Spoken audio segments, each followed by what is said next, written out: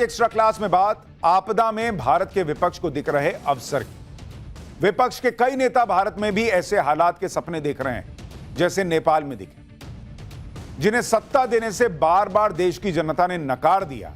क्या अब उन्हें उम्मीद अराजकता वाले प्लान से है? समाजवादी पार्टी के नेता हों, कांग्रेस के नेता हों या फिर उद्धव ठाकरे वाली शिवसेना के, सब मुंगेरी लाल के सपने बुन रहे हैं। वैसे सत्ता के सपने देखना पॉलिटिकल पार्टियों के लिए कोई बुरी चीज नहीं है, देखना चाहिए, लेकिन अराजक भीड़ के हाथों सत्ता पाने की हसरत पालना सही है क्या? जिस तरह से नेपाल में मंत्रियों नेताओं को भीड़ ने निशाना बनाया, वैसे हालातों का जिक्र करते लगभग उकसाने वाली बातें कहना, पोस्ट करना, यह लोकतंत्र के लिए ठीक है क्या? इसी तरह बांग्लादेश और श्रीलंका में हुए तख्ता पलट के दौरान भी विपक्षी नेताओं की आंखों में एकदम से चमक आ गई थी।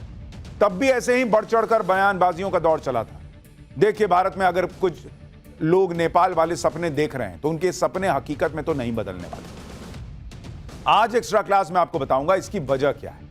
क्यों मोदी देश के जेन जी की पहली पसंद बने हुए, क्यों विपक्ष की लाख कोशिशों के बाद भी लोकतांत्रिक व्यवस्था में अपने लिए उम्मीद की कोई किरण नहीं दिख रही, और क्या नेपाल वाला सपना उसी कुंठा से निकली बेचैनी है विपक्ष की। एक्स्ट्रा क्लास में एक एक पॉइंट आपको बताऊंगा, लेकिन शुरुआत इस रिपोर्ट के साथ। सब चीज इसी ओर संकेत करता है कि भाई लोकतंत्र के अंदर अगर आप जनता के अधिकारों को छीनेंगे तो उस पर फिर विद्रोह होता है। तो इसलिए नेपाल से हमारे देश के आकाओं को भी सबक लेना चाहिए। So what is happening in Nepal? What was happening? Nepal, there is a huge corruption, which is there in India also. And that corruption is brought to the notice of the common man through the social media.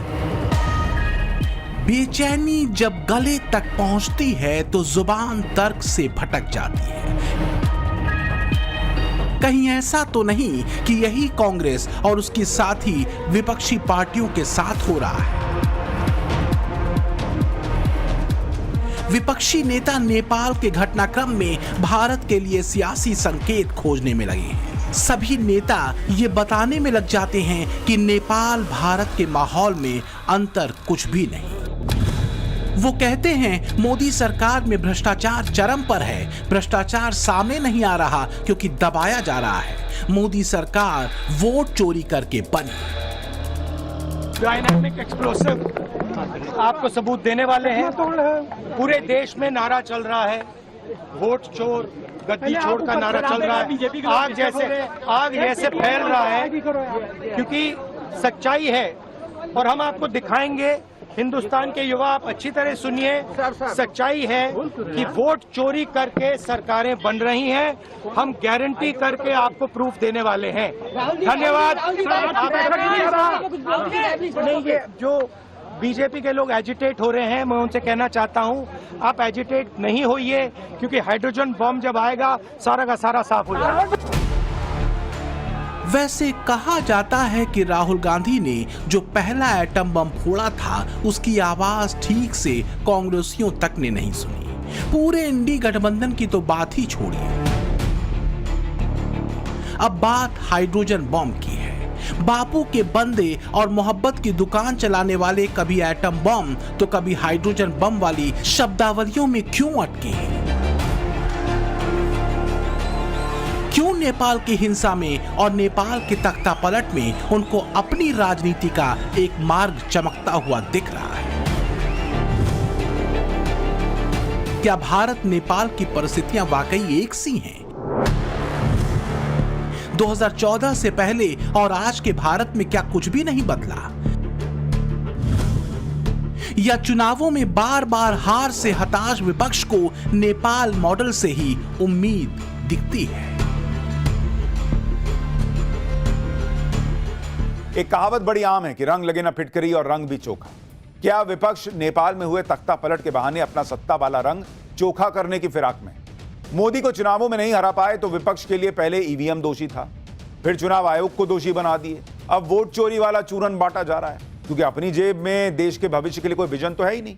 तो क्या करेंगे? यही सब कर रहे हैं, shortcut मारने की होड़ मची हुई है। आप खुद याद कीजिए ना, नेता प्रतिपक्ष से लेकर प्रदेशों की सत्ता संभालने वाले चेहरों में कोई विजन देश के युवाओं के सामने इन लोगों ने रखा है क्या? ले देकर एक डफली बार बार बजाई जा रही है, जाति वाली।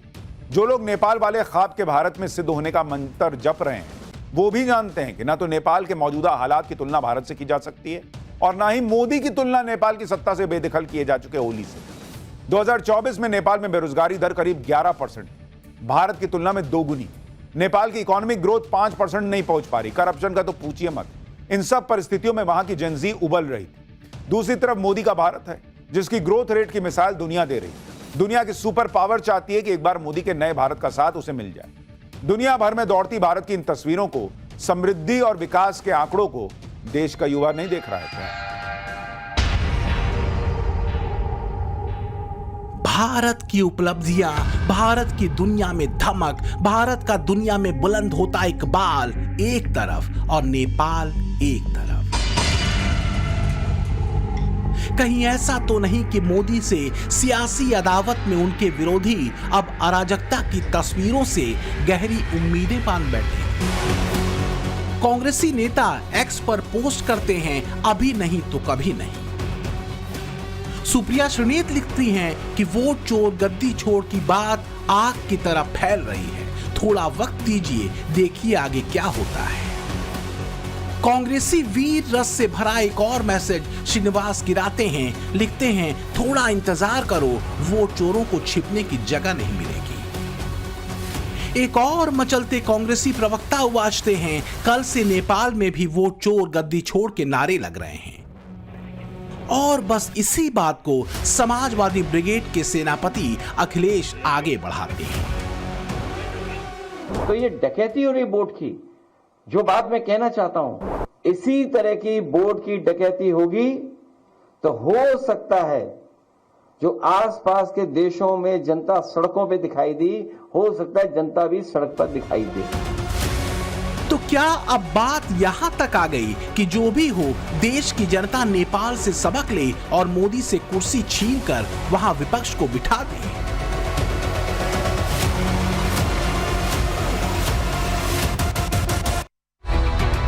11 साल हो गए विपक्ष को मोदी की हार का सपना देखते हुए। दिक्कत यह है कि ब्रांड मोदी को काउंटर करने के लिए विपक्ष अभी तक अपना विजन देश के सामने नहीं रख पाया। वो ले देकर जाति भेद की राजनीति में अटका है, तुष्टीकरण के पुराने दांव में फंसा है और वोट बैंक के सिवा उसे कुछ और नहीं दिखता। तो क्या इसलिए विपक्ष भड़काने, उकसाने, भ्रम फैलाने और वोट चोरी जैसी काल्पनिक आरोपों के दाव को आजमा रहा है? Rather than being a constructive voice, they are more of destructive voice.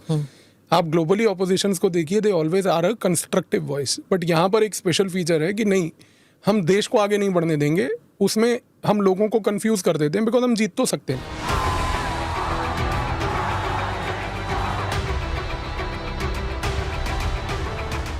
जिस जेनजी का नाम लेकर विपक्ष मोदी पर प्रत्यक्ष अप्रत्यक्ष वार करता है, उसने ही 2014 के बाद से लगातार मोदी के विजन, वर्जन और डिटर्मिनेशन पर मुहर लगाई है।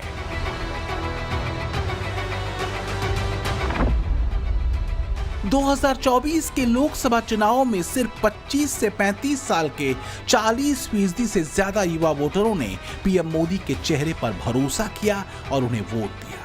तो वहीं CSTS लोकनीति के सर्वे के मुताबिक 2024 लोकसभा चुनावों में अंडर 25 उम्र के युवाओं में बीजेपी को करीब 39% वोट मिले।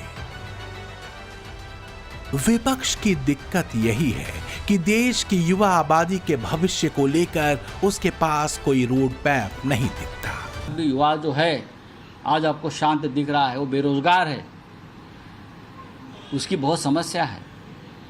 ये मोदी प्रधानमंत्री जी हमारे 80 करोड़ लोगों को मुफ्त राशन देता है, उसका मतलब क्या है? ये लोग गरीब आज भी है, 10 किलो राशन पर जी रहे हैं।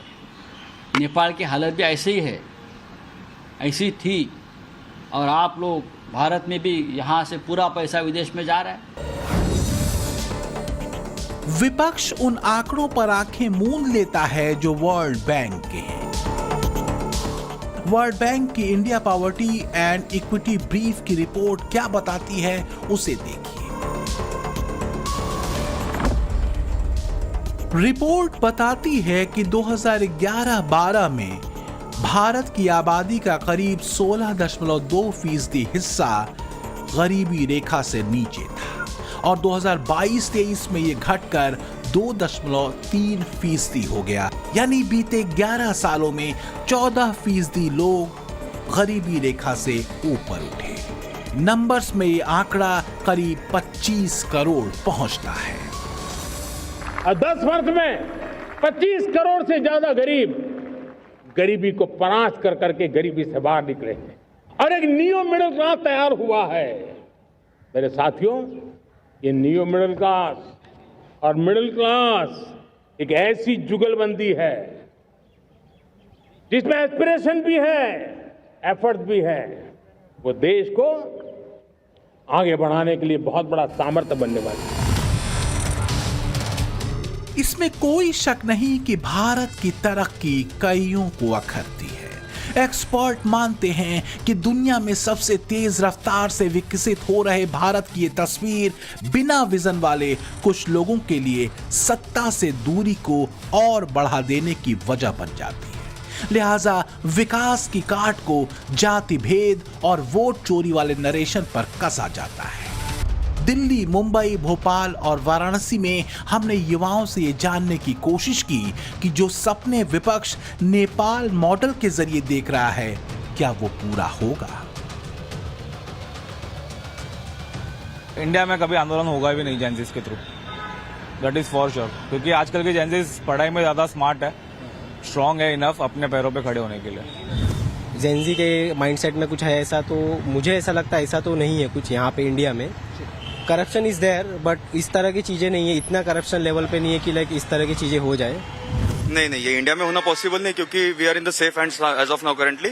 और इंडिया ऑलरेडी, जो नेबर्स है इंडिया के, ऑलरेडी प्रॉब्लम में फेस करे। पाकिस्तान को देख लीजिए, बांग्लादेश को देख लीजिए, म्यांमार को देख लीजिए, इनफैक्ट अभी नेपाल में हो चुका है। इंडिया में होगा नहीं, क्योंकि अपने पास जो लीडरशिप है बहुत स्ट्रांग है और मोदी जी के होते हुए ये होगा नहीं, ऐसा मेरा मानना है। छोटे छोटे पॉकेट्स में कहीं ना कहीं छोटे मोटे प्रोटेस्ट यूनिवर्सिटी में हो सकते हैं, लेकिन वो एक इंडियन लेवल पे, पैन इंडिया लेवल पे पॉसिबल नहीं है।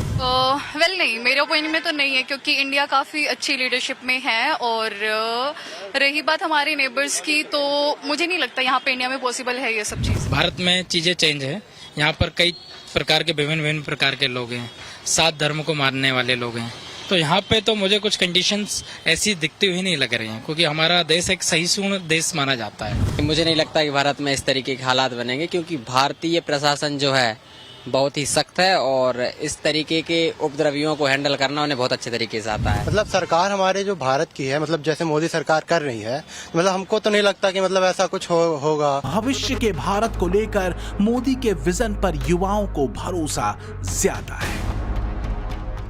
हमारी राष्ट्रीय शिक्षा नीति आई है, तो उसमें जो हमारी भारतीय भाषाएं हैं उनमें पढ़ने का एक बहुत अच्छा विकल्प मिला है हम लोगों को, और एक लचीलापन भी मिला है पाठ्यक्रम में, तो हम सभी के लिए बहुत सहयोगी है, बहुत अच्छा कदम है सरकार का। देखिए, हमारे देश के गांव में बहुत टैलेंट है, लेकिन अब उनको अंग्रेजी का सौभाग्य नहीं मिला तो कहीं आके रुक जाते हैं। अब देखिए, स्पोर्ट्स में हमारे बच्चे आगे आ रहे हैं, तो हमारे लोगों ने शुरू में मजाक उड़ाई, उनसे अंग्रेजी में पूछ रहे हैं। अब उसका काम स्पोर्ट्स में है, उसका अंग्रेजी में जवाब आ रहा है, तो अच्छा जवाब दिया कुछ बच्चों ने। कोई भी देश समृद्ध तभी होता है जब वहां राजनीतिक स्थिरता। राजनीतिक स्थिरता सिर्फ बड़बोलेपन से नहीं आ जाती बॉस, उसके लिए स्पष्ट विजन और मिशन मोड में काम करना पड़ता है। आप अपने चारों तरफ आंख उठाकर देख लीजिए, बीते 11 सालों में कितने देशों में सरकारें आई और चली गई, नेता आए गए, कुछ को लोगों ने चुनावों में नकार दिया, कुछ को बीच में ही जनता ने सत्ता से उतार दिया। बांग्लादेश के इस्लामिक सनक वाले आंदोलन को छोड़ दें तो नेपाल से लेकर श्रीलंका, ब्रिटेन, फ्रांस तक का हाल देख लीजिए। 11 सालों में देश की कमान अगर तीसरी बार पीएम मोदी के हाथों में आई तो यह उनके विजन, वर्जन और जनता के उन पर विश्वास का नतीजा था। वरना बीते 11 सालों में देश में अस्थिरता पैदा करने की कोशिश क्या कम हुई?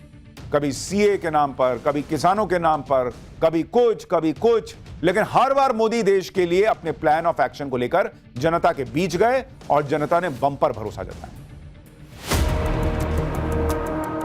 मोदी की थीसिस के विरुद्ध विपक्ष की एंटीथेसिस अभी तक असरदार नहीं।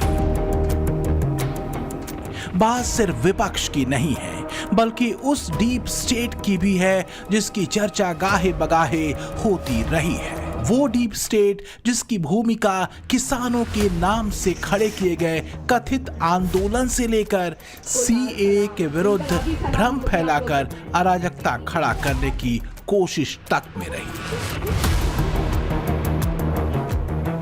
वो डीप स्टेट जिस पर एक्शन के बाद अब अमेरिका में बैठे ट्रंप तक कर रहे हैं। ट्रंप ने एक बार फिर अमेरिकी कारोबारी जॉर्ज सोरोस की गतिविधियों को संदेहास्पद माना और दावा किया कि यूएस में हो रहे दंगों और प्रदर्शनों के लिए वो फंडिंग करते हैं। यही वजह है कि अमेरिकी राष्ट्रपति ने उन पर रिको यानी racketeer influenced and corrupt organizations act के तहत कार्रवाई का संकेत दिया है।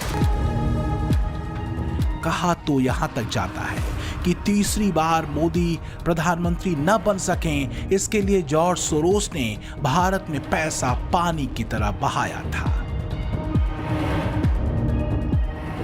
2024 के चुनावों से पहले टाइम्स नाउ नवभारत पर group editor in chief Navika Kumar और कंसल्टिंग एडिटर सुशांत सिन्हा के साथ इंटरव्यू में पीएम मोदी ने एक खास इकोसिस्टम के एक्टिव होने के सवाल पर क्या जवाब दिया था, उसे सुनना जरूरी है। प्रधानमंत्री जी, लेकिन मैं एक दिमाग में एक सवाल आता है कि आप हर बार जब चुनावी रैली में जाते हैं